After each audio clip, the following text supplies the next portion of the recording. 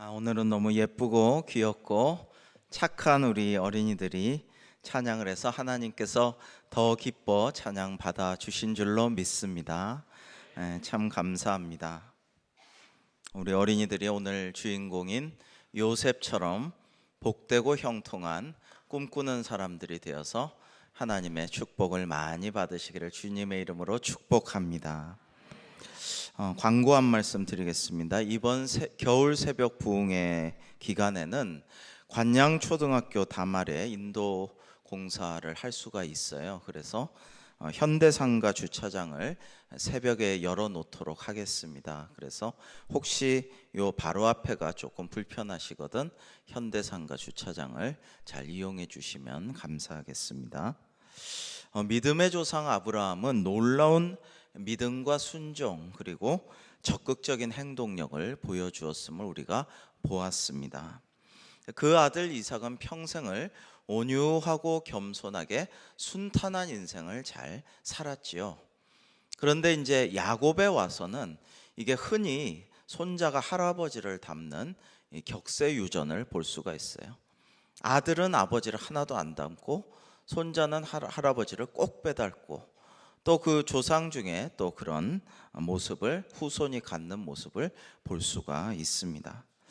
그래서인지 아브라함의 손자 야곱은 아주 적극적이고 좀 투쟁적이고 때로는 이해타산에 밝고 이러한 모습을 보여줍니다. 하여튼 활동적이고 좀 세속적인 면모도 가지고 있습니다. 어떻게 보면 현대를 사는 우리 현대인들과도 닮은 모습을 야곱이 가지고 있다. 그런데 그래서인지 그의 삶은 매우 파란만장했습니다. 그런데 그 아들 중에 요셉은 이제 굉장히 성격이 다르죠. 아주 성격이 특별합니다. 무엇보다도 요셉의 성품은 영적이다라고 말할 수가 있습니다.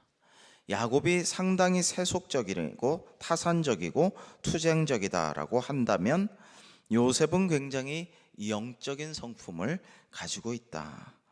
그리고 할아버지처럼 이삭처럼 온유하고 평안한 모습도 보여주는 면이 있죠.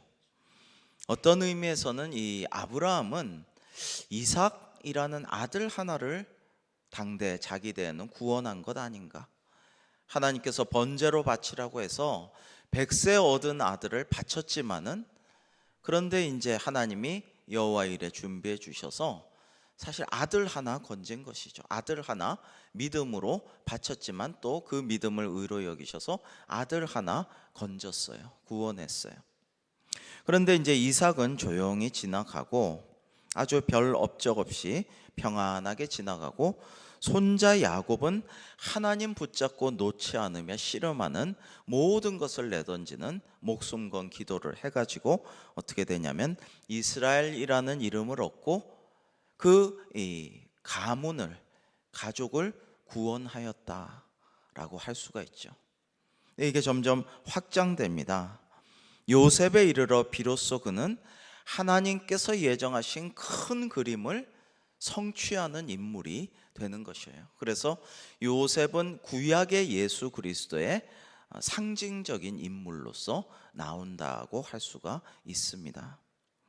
요셉에 이르러 비로소 자신의 가문뿐 아니라 민족을 구원하고 사실은 온 세상을 기근에 시달릴 수밖에 없었던 온 세상을 구원하는 역사를 이제 하나님의 뜻대로 이루는 것이 요셉이라는 인물이라는 것입니다.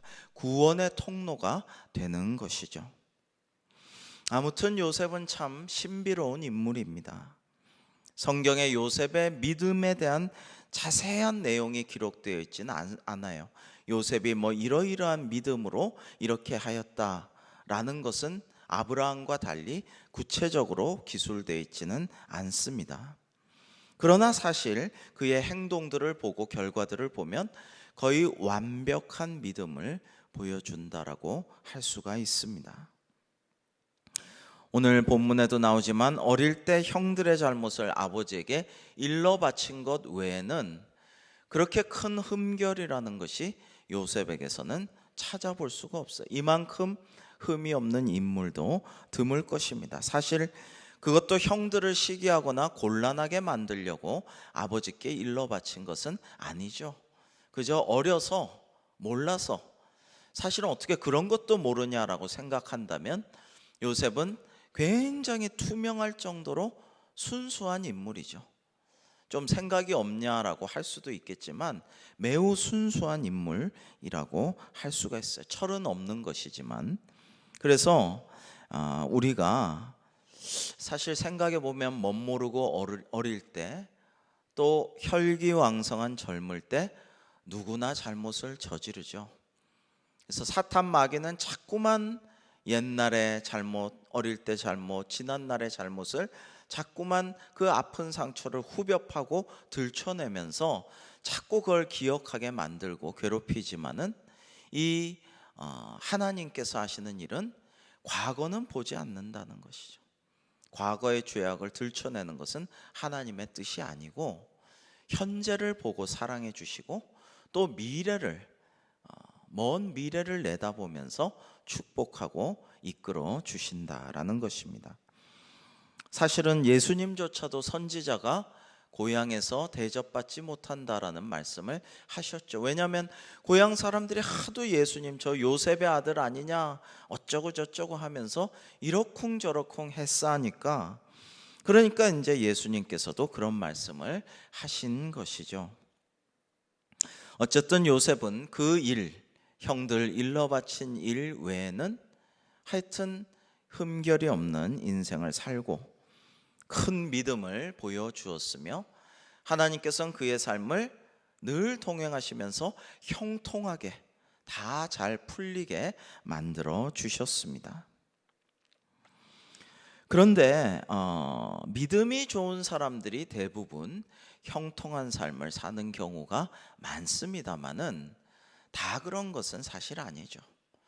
믿음이 매우 좋은데도 고난을 당하다가 그 의로움으로 인해서 누명을 쓰고 핍박받다가 순교하는 경우도 있죠.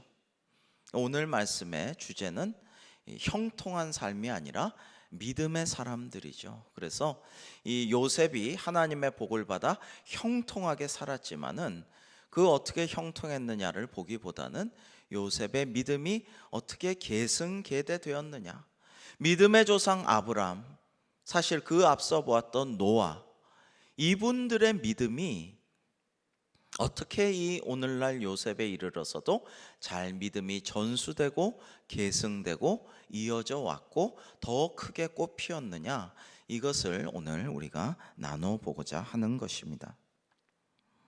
또 형통이라는 것이 보통 생각하듯이 무엇이든지 풍족하고 성공적이다라는 것만은 아니지요. 이 형통이라는 것은 문제를 만났을 때 보여주는 태도와 그 자세와 결과를 의미하기도 하는 것이기 때문입니다. 하나님께서는 때로 이삭과 같이 재물을 필요로 하실 때도 있습니다. 물론 이삭을 하나님이 번제물로 받지 않으셨지만 이제 순교자들의 피를 하나님께서 요구하실 때도 있죠. 의인의 고난이 이 땅에 있는 이유일 것입니다. 순결한 믿음이 극대화된 상황에서도 결국 형통함으로 아름답게 해피엔딩으로 끝나는 게 아니고 죽음으로, 하늘에서는 의의 면류관, 생명의 면류관, 하늘의 상급이 클 것이지만 이 땅에서는 죽음으로 귀결되는 것이죠. 그러나 그가 복된 사람이 아니라고 말할 수가 없는 것입니다. 하여튼 우리의 관심사는 믿음이요, 믿음의 계승계대, 또 오늘도 이렇게 아름다운 찬양을 참 보여준 유년부 어린이들과 같이 우리 자녀 손들에게 믿음을 어떻게 잘 전수하고 이어갈 것인가, 이것이 우리의 큰 기도 제목이기 때문에 오늘 요셉을 잘 살펴보면서 하나님의 뜻을 나눠보고자 하는 것입니다. 여러분, 아브라함의 믿음을 계승할 수 있는 어떤 요셉의 믿음에 관한 어떤 것들이 있는가 하면은 이제 한 가지 매우 중요한 한 가지 포인트를 잡을 수가 있을 것 같습니다. 그것은 바로 요셉의 꾼 꿈입니다. 오늘 이 본문에 나오는 요셉이 꾼 꿈, 이 꿈이 요셉을 믿음으로 강건한 사람이 될 수 있게 하여 주었고, 이 꿈 때문에 사실은 고난을 받았죠. 그러나 이 꿈 때문에 또 나중에도 그가 꾼 꿈 때문에 형통한 삶이 되고 총리도 되고 민족도 불러들 가족과 민족을 구원하고 온 세상을 또 바로에게서 해몽해 준 꿈으로 인해서 세계를 구원할 수가 있었던 것입니다. 이 요셉은 영적인 사람이기 때문에 꿈을 꾸죠. 자기가 꾸고 싶어 꾸는 건 아니에요. 사실은 우리가 꾸는 꿈은 하나님이 꾸게 하시는 꿈이고, 우리의 비전은 하나님이 보여주시는 비전이어야 합니다. 제가 이번에 밝은 소리에 글을 써서 냈습니다마는 정책당에서 우리 장로님과 나눈 비전과 동일합니다. 내년에는 말씀과 기도로 굳건히 서가는 교회, 그것이 영적으로 내적으로 그렇게 되고요. 그 다음에 외적으로는 전도와 선교에 더욱더 힘써서 열매 맺는 교회가 되기를 바라는데, 그 중심에는 하나님의 말씀이 있습니다. 이게 제일 중요해요. 근데 이거는 제가 막 연구해서 제가 막 그냥 궁리해 갖고 이래야 되겠다 계산적으로 된 게 아니고, 하나님이 그런 마음을 주셔서 기도하면서 그 마음을 새벽에 기도할 때 품게 해주셔서 여러분과 공유하는 비전인 것이죠. 담임 목사 비전이 뭐냐? 위임 목사 비전이 뭐냐? 쉽게 말해서 이거다라고 설명할 수는 있지만 사실은 위임 목사 비전이 아니에요. 그것은 별로 중요한 게 아닙니다. 목회 경력이나 배운 학문이나 뭐 연구하고 계산하고 그런 결과가 이래서 요즘엔 이렇게 하는 게 맞습니다. 그게 아니고 기도 중에 하나님께서 보여주시는 그 꿈, 그 비전, 그걸 선포하고 공유하고 힘써서 합심해서 같이 나아가야 되는 것이죠. 요셉도 마찬가지예요. 이게 자기가 계산하고 자기가 원해서 꾸는 꿈이나 세상 사람들의 야망이나 어떤 나아가야 할 목표가 아니라는 거예요. 하나님이 꾸게 해주신 꿈입니다. 요셉은 너무 순진하고 순수하여서 이 꿈을 형들에게 말했죠.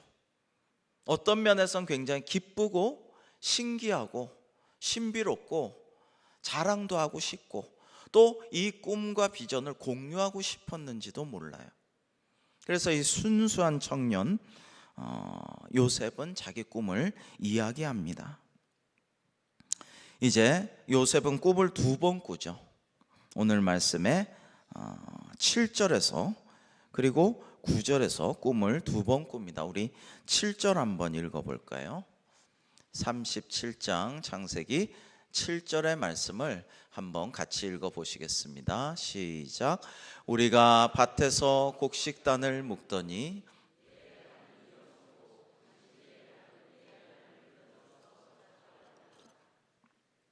요거는 형들과의 관계에서 꾼 꿈입니다. 또 한 번은 가족 전체와의 관계에서 꾼 꿈입니다. 우리 9절도 같이 한번 읽어보시겠습니다. 시작. 요셉이 다시 꿈을 꾸고 그의 형들에게 말하여 이르되 내가 또 꾼 꿈은 달과 11별이 내게 절하더이다 하니라. 네. 여러분 이렇게 이야기를 하니까 이제 형들이 굉장히 화가 났습니다. 그래서 7절 말씀하니까 네가 우리 왕이 되겠느냐? 참으로 우리를 네가 다스리겠느냐? 그의 꿈과 그의 말로 인하여 원래 노년에 얻은 아들이라서 예뻐했던 이 야곱의 사랑을 독차지했던 요셉을 미워했는데 혼자 채색 옷을 입히고 이렇게 하니까 미워했는데 이 꿈으로 인해서 더 미워했고요. 이제 9절 말씀을 이제 듣고서는 아버지와 형들에게 이번엔 말해요. 사실은 7절의 말씀을 말하고 형들이 꾸짖고 나무라고 미워하고 했는데 학습 효과가 없이 이 요셉은 이번엔 또 아버지한테 또 말하고 형들한테 또 말한 거예요. 그러니까 요셉이 볼 때는 이 꿈이 참 중요한 꿈이다. 굉장히 우리 가족에 깨닫지 못했지만 우리 가족에게 존망이 걸린 알려야 될 꿈이다라고 이 영적인 사람 요셉은 그렇게 생각했을 수도 있어요. 아무렇게 그렇게 생각이 없겠어요? 요셉이 상당히 지혜롭고 상당히 총명한데. 그래서 또 얘기를 했어요. 그러니까 이번엔 아버지도 꾸짖습니다. 아버지도 화를 내면서 이제 네가 꾼 꿈이 뭐냐? 나와 네 어머니와 네 형들이 참으로 가서 땅에 엎드려. 자, 땅에 엎드려, 이 말을 주목하시기 바랍니다. 땅에 엎드려 내게 절하겠느냐? 근데 형들은 시기했지만 아버지는 그 말을 간직해 두었더라라는 것입니다. 제가 목사가 되리라고 부모님이 전혀 생각도 하지 않았을 그런 시기에도 아주 어릴 때부터 아버지가 이제 저한테 가끔 너는 좀 어떤 면에서 좀 영적인 데가 있어, 이런 얘기를 많이 하셨어요. 두 분 다 목사가 되리란 꿈을 전혀 저도 몰랐고 하나님이 이끄셔서 온 거죠. 근데 이제 이런 것들이 있어요. 이 야곱이 아버지로서 요셉을 이렇게 보면 요셉은 내가 이쁘고 사랑하기도 하지만 다른 애들, 다른 형들하고는 틀리게 영적인 데가 있는데 이 꿈이 심상치 않은 꿈이다. 그래서 형들 보는 앞에선 꾸짖었지만 마음속으로는 이거 뭔가가 있는 꿈이다라고 딱 유념해 두는 그런 장면일 수도 있는 것입니다. 여러분, 이 꿈 때문에 사실 요셉이 미움을 사서 이제 형들에게 죽임을 당할 뻔하죠. 근데 유다가 나서서 야, 우리 손에 배다른 동생이지만 이 동생 피를 묻힐 게 뭐냐, 그러지 말고 이스마엘 족속들에게 팔자. 그런데 미디안 상인들이 와요. 아라비아 대상들과 같은 존재들이 지나가요. 잘 됐다, 은 20냥 주고 팝니다. 이것은 한마디로 말해서 인신매매입니다. 국제 인신매매입니다. 그래서 그 아라비아 대상들이 멀쩡한 가족 구성원의 하나인 막내를 구덩이에 파서 생매장하다가 같은 값에 아니 돈 받고 팔자, 우리 손에 피 묻힐 거 없다, 그래가지고 인신매매로 팔아서 그 길로 애굽의 노예가 됩니다. 굉장히 끔찍합니다. 이거 자기 형들이 배다른 형이지만 생매장하려고 죽이려고 했다가 옛날에 그 이병헌 나오는 달콤한 인생인가 이런 영화 보면요, 아주 액션 느와르 영화인데 이병헌이가 미우니까 그냥 안 죽이고 생매장에서 죽이는 거죠. 그러다가 겨우 살지만 끔찍합니다. 공포를 맛보며 고통스럽게 죽으라고 생매장을 하는 것이죠. 그러다가 팔려갔지만 노예로 인신매매를 당해서 머나먼 애국까지 팔려갑니다. 굉장히 끔찍하고 잔인한 상황입니다. 그런데 그 애굽에 팔려간 이후도 고생을 많이 하죠. 요셉은 고생을 많이 하지만 항상 하나님을 믿었다라는 거예요. 성경에는 거기에 대해서 구체적인 마음이나 어떤 그거에 대해 하나님과 대화나 요셉에 대해서는 그런 게 잘 없죠. 없지만은 하나님을 믿고 하나님이 꾸게 하신 꿈을 이 영적인 사람 요셉은 잘 믿었다라는 거예요. 잘 믿었다. 그러니까 이길 힘을 가졌고 보디발의 아내가 미혹하여도 유혹하여도 범죄하지 않았고, 사실은 그게 편한 길일 수도 있고 하나님을 믿는 믿음이 없이는 얼마든지 유혹에 넘어갈 수도 있겠지만은 뭐라고 합니까? 당신의 주인이 당신 빼고는 내 마음대로 다 할 수 있게 맡겨주셨는데 내가 어떻게 하나님 앞에서 범죄합니까? 이렇게 말하잖아요. 이게 믿음인 것이죠. 요셉의 믿음입니다. 여러분, 형들은 지금 자존심이 상해가지고 화가 나서 이제 자연스럽게 요셉을 미워하게 됩니다. 그리고 죽이려고 했습니다. 그런데 형들은 이제 거기까지예요. 근데 요셉은 하나님의 형들과 다른, 완전히 다른 세상을 열어주시는 것입니다. 제가 아브라함을 늘 묵상할 때마다 생각나는 것은, 아브라함이 하란 땅에 그대로 있었으면 참 인간적으로는 편했을 텐데, 정말 안온하게 편하게 잘 지냈을 텐데, 무려 75세의 고령에 약속의 땅 어딘지도 모르는데 가서 참 파란만장하게 전쟁도 하고 여러 가지 고생을, 와이프도 2번이나 뺏기고 여러 가지 고생을 많이 하는구나. 근데 믿음의 사람들의 삶이 그런 것이지. 이 땅에서 안온하게 평안하게 그냥 조용히 티 안 나게 잘 사는, 요즘 애들이 그런다죠. 나는 꿈이 유명해지지 않고 잘 사는 거. 건물주 돼가지고, 우리 아버지가 더 좀 노력해서 재벌 2세가 내가 좀 돼가지고, 우리 할아버지 더 열심히 해서 재벌 3세가 돼서 티 안 나게 별로 남들한테 별로 주목 안 받고 편안하게 월세 받으면서 잘 살면 그게 제일 내 꿈이다라고들 한다죠. 근데 믿음의 위대한 사람들은 그렇게 안온하게 이렇게 살다가 죽는 게 아니고, 하나님이 주신 사명들을 때로는 분투 노력하며 도전하며 부대끼며 열심히 살아가서 하나님께 영광 돌리는 삶인 줄로 믿습니다. 그래서 때로는 우리에게 고생이 되어도, 힘든 일이 있어도, 요셉처럼 누명도 쓰고 고통도 당해도 억울함도 있어도 그게 하나님께 영광 돌리기 위한 과정일 수가 있다라는 것입니다. 그래서 참 이 순수한 요셉이 꿈을 꾸고, 그 꿈으로 인해서, 그 꿈이 사실 촉발되어서 여러 가지 고통을 받고 죽음의 경험도 하고, 또 팔려가기도 하고 누명도 쓰고 감옥에도 갇히고 이렇게 하지만, 중요한 건 하나님을 잘 믿었기 때문에 자신의 꿈의 의미를 나중에 어떻게든 하나님이 어떤 방식으로든 성취시켜 주실 줄 믿었기 때문에 그때까지 나는 나아갈 수 있다라고 생각했다라는 것입니다. 그 결과는, 그 삶의 과정은 배신에 대해서 큰 상처를 안 받는다는 거예요.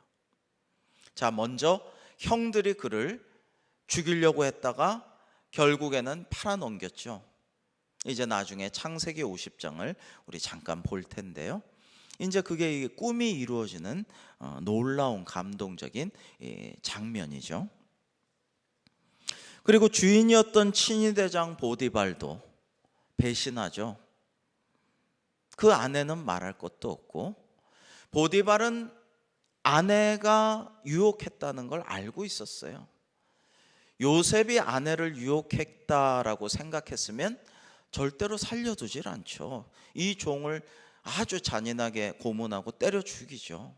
살려둘 리가 없어요. 그냥 조용히 의금부 같은 감옥에 가둬놓는 것은, 아내가 또 보나마나 이 잘생긴 종 유혹해가지고 자기 욕정을 채우려고 했는데 아내를 어떻게 죽이냐, 종을 그냥 조용히 가둬놓지, 이런 상황인 것이죠. 그러니까 두 부부가 또 요셉을 배신한 거죠. 그 다음에 요셉이 꿈을 해석해 준 대로 목이 잘리지 않고 복직되었던 술 맡은 관원장도 배신하였죠. 이제 그거 덕에 자기가 풀려나고 복직했는데 요셉 덕분이라고 얘기하고 꺼내주기로 했는데 그 약속을 지키지를 않습니다. 그런데 이런 것들은 여러분, 굉장히 힘 있는 사람도, 굉장히 부유한 사람도, 굉장히 높은 곳에 있는 사람도 누군가 나를 배신하면은, 누군가 나를 섭섭하게 하고 내 기대를 저버리면은 배신자라고 하면서 굉장히 미워하고 상종 안 하고 용서 안 하는 일이 이 세상에는 많죠. 근데 요셉은 실제로 억울함과 배신을 많이 당했어요. 그런데 요셉은 거기에 대한 심각한 트라우마에 막 고통당하고 그걸로 인해서 괴로워하고 그걸로 인해서 심신이 상한 흔적이 없어요. 왜냐?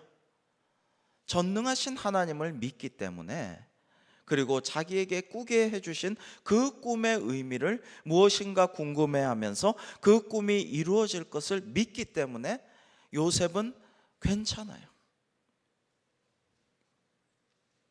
그래서 결국에는 꿈을 통하여 먼 미래를 약속하신 하나님께 대한 믿음으로 몇 번인가 고난을 거치면서 430년 동안 애굽에서 번성할 수 있도록 민족의 그루터기가 되는 그러한 하나님의 은총의 통로로 태어날 수가 있게 된 것입니다.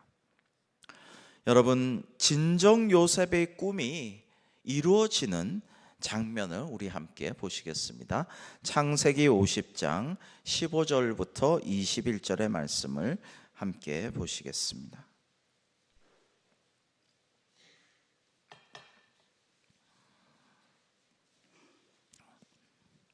창세기 50장 15절에서 21절은 제가 개인적으로 구약 성서에서 가장 감동받고 있는 장면 중에 하나라고 생각이 돼요. 우리 15절에서 21절을 저와 함께 교독하시겠습니다. 요셉의 형제들이 그들의 아버지가 죽었음을 보고 말하되 요셉이 혹시 우리를 미워하여 우리가 그에게 행한 모든 악을 다 갚지나 아니할까 하고 요셉에게 말을 전하여 이르되 당신의 아버지가 돌아가시기 전에 명령하여 이르시기를 너희는 이같이 요셉에게 이르라. 내 형들이 내게 악을 행하였을지라도 이제 바라건대 그들의 허물과 죄를 용서하라 하셨나니 당신 아버지의 하나님의 종들인 우리 죄를 이제 용서하소서 하매 요셉이 그들이 그에게 하는 말을 들을 때 울었더라. 그의 형들이 또 친히 와서 요셉의 앞에 엎드려 이르되 우리는 당신의 종들이니이다.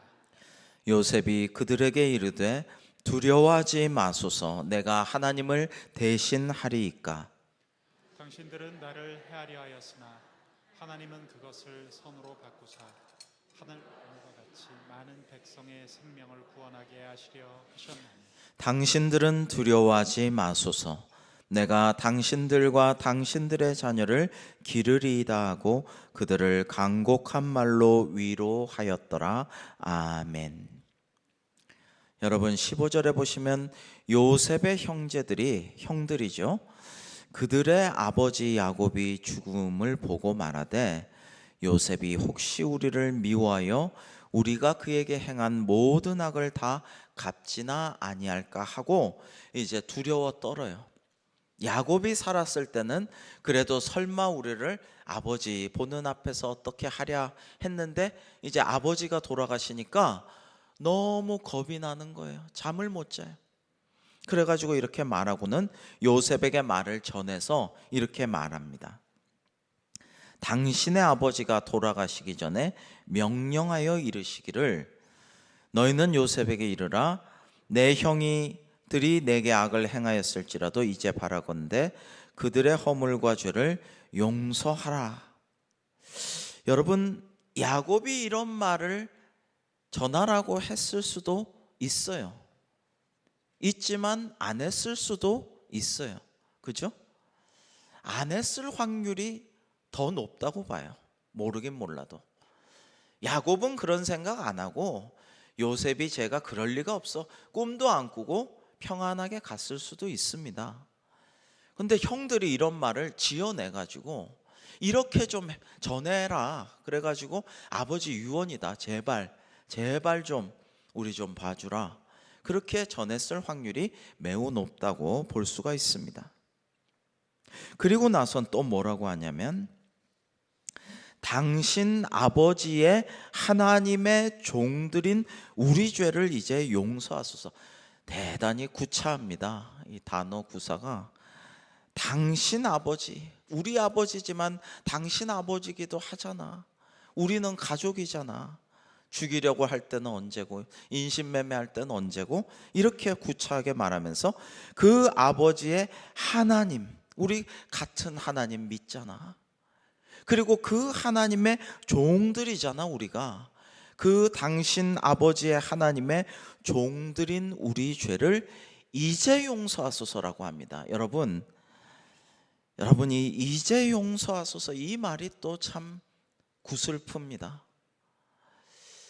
야곱의 아들 중에서 요셉은 그 형들과는 차원이 다른 인물로서 이미 진작에 용서하고 다 같이 잘 살자고 애굽으로 불러 모아서 호의호식하게 하고 충분한 은혜를 베풀었는데 이제 용서하라고 합니다. 그동안 용서 못했겠지만 이제는 용서해라. 이제 자기들 늘 자기 수준으로 남을 생각하죠. 늘 내 생각대로 남을 판단하죠. 그래서 이제는 좀 용서해라 이렇게 말을 해요. 진작에 용서했는데. 요셉이 그들이 그에게 하는 말을 들을 때 울었더라. 너무 그 마음이 짠해가지고 너무 그 두려워하는 것이 안 됐어가지고 요셉이 울어요. 마음이 아파서 웁니다. 착한 사람이죠. 믿음의 사람이죠. 근데 또 다시 와요. 한 번 가지고는 계속 잠을 못 자요. 이대로는 안 된다. 자, 2차 시기 또 가자. 형들이 몰려와 가지고 친히 와서 요셉의 앞에 엎드려 이르되 우리는 당신의 종들이니이다. 여러분, 우리가 읽은 창세기 37장에 꿈에서 어떻게 되었어요? 엎드려서 절하였습니다. 엎드려 가지고 이제 7절에서도 곡식단들이 그 요셉을 상징하는 네 단을 둘러서 절하였고, 또 이제 9절에서도 절하였어요. 그러자 이제 10절에 나무라기를 야곱이 야 우리 가족이 다 참으로 가서 땅에 엎드려 내게 절하겠느냐라고 10절에 말씀하였죠. 야곱이. 근데 이 엎드려 절하는 모습이 그 꿈이 그대로 이루어집니다. 그리고 우리는 당신의 종들입니다 라고 말합니다. 우리는 당신 노예입니다. 당신 하인입니다. 제발 목숨만 살려주소서. 그렇게 말했어요. 이제 용서하소서 할 때 요셉이 그들이 하는 말을 듣고 울었습니다. 안타까워서. 이거 분해서 괘씸해서 지난날 내 팔자가 너무 억울해서 그때 내가 죽을 뻔했고 생매장 구덩이에도 갔다가 끌려 나와서 그 낙타에 태워져서 질질 끌려가지고 미디안 대상들한테 애국까지 그 고생을 사막과 광야를 거쳐가지고 가서 노예가 된 게 그게 니들 때문이라는 게 너무 억울하고 분해서 운 게 아니잖아요. 그게 아니고 형들이 불쌍해서 안타까워서 마음이 아파서 운 건데 형들은 요셉의 진심을 몰라줘요. 못 믿어요. 자기들 생각 같아서는 용서가 안 될 거다라고 생각하는 거죠. 그러니까 형들인데 우리는 당신의 종들입니다. 그렇게 말하고 있습니다. 그런데 위대한 요셉의 말들이 이제 쏟아지죠. 19절에 요셉이 그들에게 이르되 두려워하지 마소서. 내가 하나님을 대신하리이까? 내가 하나님입니까? 내가 어떻게 하나님을 대신하겠습니까? 당신들은 나를 해하려 하였으나, 이거는 팩트죠. 팩트. 이건 사실이에요. 당신들은 나를 해하려 하였습니다. 그건 맞죠. 그러나 하나님은 그것을 선으로 바꾸사. 이게 하나님의 역사고, 이것을 믿는 것과 이것을 이렇게 해석할 수 있는 게 믿음의 눈으로 바라본 것이죠. 여러분, 믿음은 사실은 해석이에요. 팩트가 다가 아니에요. 믿음은 하나님이 하신 일을 내가 어떻게 믿음의 눈으로 바라보고 그것을 어떻게 해석하고 어떻게 나의 삶에 실천하고 적용하느냐. 믿음은 믿음의 사람이 갖는 해석이 작용하는 것입니다. 이렇게 하는 거예요. 이렇게. 당신들은 나를 해하라 하였으나 하나님은 그것을 선으로 바꾸사 오늘과 같이 많은 백성의 생명을 구원하게 하시려 하셨나니. 7년의 풍년과 흉년과 그 모든 일들과 그 곡식을 사드리고 곡간에 드리고 그것을 풀고 주변 나라들을 다 구제한 것들이 다 당신들은 해하려고 나를 그렇게 팔아넘겼지만 하나님이 모든 걸 선으로 바꾸사 만백성을 세계를 구원하게 하시려고 그런 일들도 허락하셨습니다. 그러므로 당신이나 나나 하나님의 도구일 따름이고 두려워하지 마십시오. 내가 당신들과 형님들의 자녀들을 잘 돌보겠습니다. 제가 잘 기르겠습니다. 걱정하지 마세요, 형님들 하면서 간곡한 말로 그들을 위로하였더라라고 되어 있습니다. 얼마나 감동적인 장면입니까? 형들이 요셉에게 엎드려 절하여 옛 꿈이 이루어졌기 때문에 감동적인 게 아니고 요셉의 태도와 말과 그의 믿음의 구현, 이 믿음이 실제로 일어난 이 장면이기에 감동적인 것이죠. 이 상황은 사실 오늘날 우리에게도 매우 현실적이고 사실 우리 삶 가운데 일어나면 참 좋겠다라고 하는 장면이에요. 우리 개인의 삶 속에서, 우리 가족의 삶 속에서, 고부간의 상황에서, 미워했던 형제나 친척이나 친지간의 그 상황 속에서, 그 가족 역사 속에서, 또 이 나라와 민족의 상황 속에서 이 나라가 얼마나 지금 대립이 심하고 분열이 심하고 혐오와 극심한 갈등 속에 있습니까? 남북의 문제는 어떻습니까? 저는 북한 선교를 꿈꾸면서 오늘도 하나님을 경배하고 예배하지 못하고 이 평양을 비롯한 수많은 북한의 신실한 성도들이 아직도 많이 있는데 수요일 밤마다 수요기도회를 드렸어야 되는데, 예전에는 수요기도회를 했는데, 수요 사경회를 했는데, 기도했었는데, 오늘 이 저녁이 얼마나 간절하게 그리운 순간이겠습니까? 근데 우리 그리스도인들이 이 요셉과 같은 마음으로 기도하고 믿음의 눈으로 현재 세태를 바라보고 꿈꾸고 그리고 간절히 기도하여서 하나님의 역사를 이루는 구원의 통로가 되어야 하지 않겠습니까? 이 요셉의 모습을 보고 그런 것들을 느낄 수 있고 기도할 수 있어야 하지 않겠습니까? 국가 간의 상황에서도 마찬가지예요.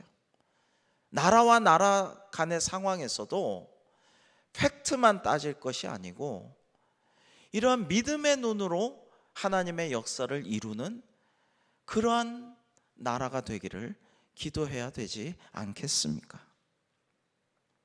요셉은 어린 시절 하나님께서 주신 그의 꿈을 굳게 믿었습니다. 흔들리지 않았습니다. 그리고 믿음으로 요셉은 모든 것을 극복했습니다. 그의 안에는 트라우마나 상처나 쓴뿌리나 이런 것들이 없이 하나님만 의지하고 하나님이 그런 그를 형통하게 하여 주셨습니다. 그리고 그는 오늘 50장과 같이 꿈을 성취하게 됩니다.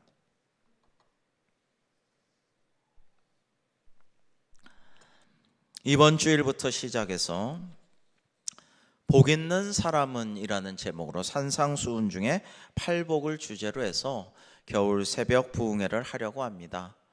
주일날 팔복의 첫 번째 시간으로 또 일주일 하고 그 다음 15일 주일에도 또 팔복의 마지막 말씀을 전함으로 8번에 걸쳐서 팔복을 여러분과 말씀을 나누고자 합니다.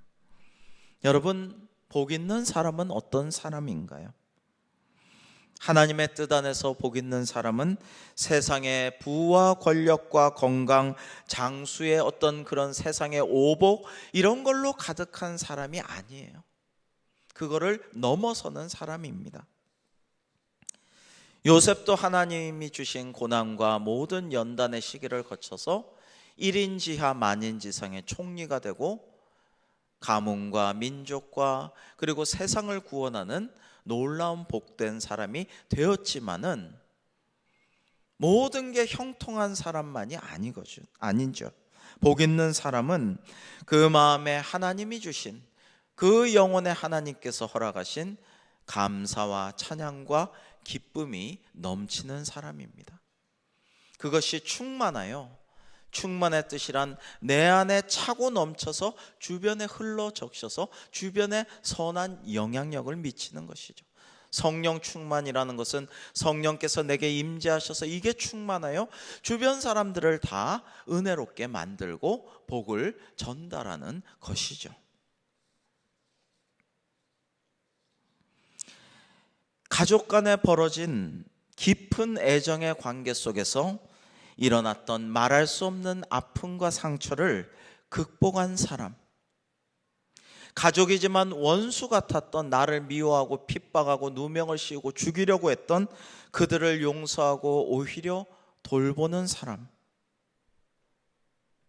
믿음으로 어린 시절 과거의 어떤 트라우마를 극복하고 감사와 기쁨과 찬양이 충만한 은혜로운 사람, 그리고 이러한 자기가 받은 깨우침과 감동과 은혜와 복을 주변 사람들에게 널리 전하고 그들을 하나님께로 잘 인도하는 사람, 바로 오늘 요셉과 같은 사람이 믿음의 사람이라고 할 수가 있겠습니다.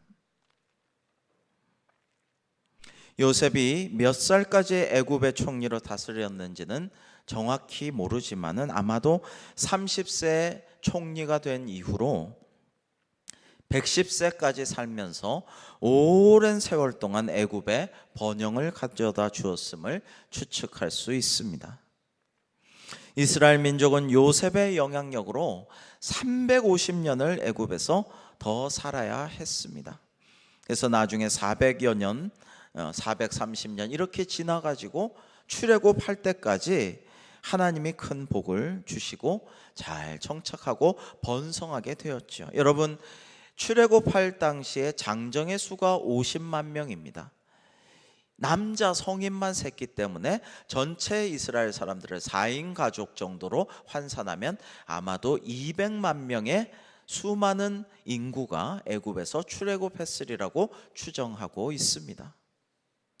여러분, 생육하고 번성하여 땅에 충만하라는 말씀대로 복을 받았죠. 이렇게 될 수 있었던 이유가 어디에 있습니까? 요셉이 꿈을 믿고 하나님을 믿고 범죄하지 않고 자신 속에 트라우마와 쓴뿌리 상처를 다 극복하고 오히려 가족을 돌보고 섬기고 위로하고 하나님의 뜻을 받들었기 때문에 그와 같은 복을 누릴 수가 있었던 것입니다. 사랑하는 여러분, 여러분은 지금 가지고 있는 꿈이 있습니까? 갈렙은 85세에도 이 산지를 내게 주소서, 옛날에 주신 말씀 그 꿈을 기억하면서 결국 결정적일 때 이 산지를 내게 주소서 하고 자기가 직접 쟁취하였지요. 여러분, 이제는 꿈이 없다고 하실 것입니까? 우리 어린이들은, 우리 유년부 친구들은 꿈이 있나요?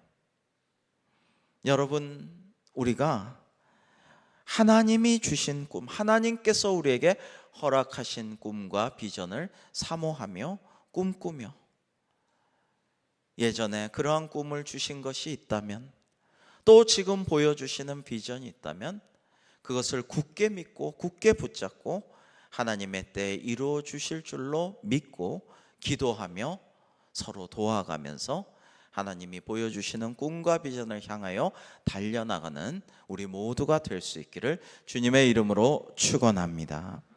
기도하시겠습니다. 하나님 아버지,